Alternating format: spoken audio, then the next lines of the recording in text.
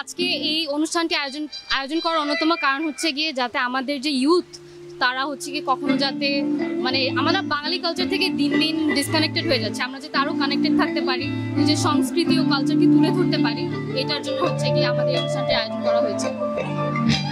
আজকে হচ্ছে আমরা এখানে আসছি আমাদের সাংস্কৃতিক একটা প্রোগ্রাম আয়োজন করেছে। আসলে পহেলা বৈশাখ তো আমাদের বাঙালি ঐতিহ্যের সাথে অনেক করে মিশে আছে, এটা আসলে কোনো হারা যাওয়ার মতো না। তো এখন আমরা নতুন সমাজ যারা তরুণ সমাজ যারা এই জিনিসগুলো ভুলে গিয়েছেন তাদেরকে মনে করিয়ে দেওয়ার জন্য এই অনুষ্ঠানটা আসলে অনেকটা বড়।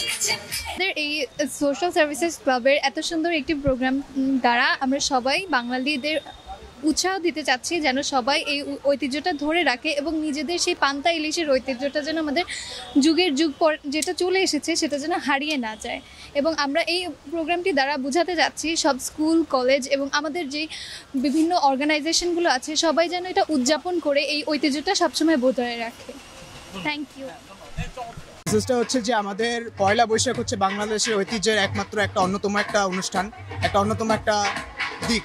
তো আমরা এখানে যে মেসেজটা দিতে চাচ্ছি হচ্ছে যে একদিনে আমরা এত খাবার দাবারের আয়োজন করে আমাদের ইউনিভার্সিটি আমাদের extra curricular activities, co curricular activities বিভিন্ন ক্লাবের থেকে আমাদেরকে দাওয়াত দেয়, ইনভাইট করে যে আপনারা এরকম স্টল বসায়, আপনারা এই দিনটার মধ্যে কিছু আপনাদের খাবার দাবার কিংবা যে কোনো অন্যতম আইটেম গিফট টিফট যে কোনো কিছু আপনারা ওটাগুলোকে পরিবেশন করতে পারেন।